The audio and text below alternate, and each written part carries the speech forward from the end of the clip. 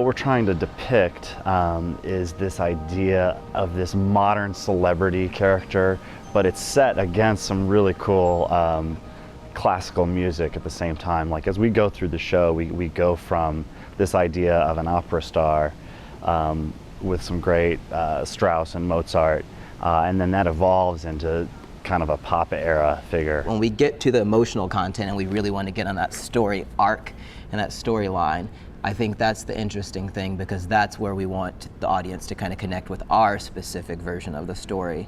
And in that, you will be taken kind of a journey that experiences highs and lows. I mean, let's face it, when someone is a celebrity, we're really interested in seeing how they fall. You know what I mean? It's kind of the demise of the famous that we're most interested with. It's somehow watching that spiral, you know, that obsession, the craze, the excitement, all of those things that we tune into like the tabloids for. We're trying to give that to you on the field. I think what we found was how to take something that was a simple idea about fame, and then the evolution was how do you actually take the core, the music, the performers through different evolutions of what that could mean. And that's been the really great discovery, is the idea of, you know, where's the glam of fame and where are the pitfalls, where's the monster of fame. We're really starting to grasp and get into the character of the 15 minutes of fame. Who is the person who's really driven by fame, driven to be famous? The person is maybe arrogant, maybe a diva or a divo, very cocky, very headstrong, maybe a little selfish, maybe not mindful of others.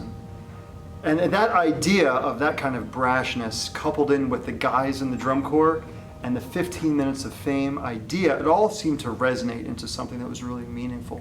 You know, it's interesting, we were really working to not actually create a story, but to create the different facets of the character. I think what's really interesting is that even the t-shirt that the guys are wearing has 4 different versions of them on it, and I think that's fascinating how that really turns into the different qualities you see. You'll start out with the show, the first thing is this idea of this entrance, you know, like what's your grand star? A star always has an entrance, they're going to connect to the audience. And who is this actual divo, this classic leading man that's a star, and how does he enter a space?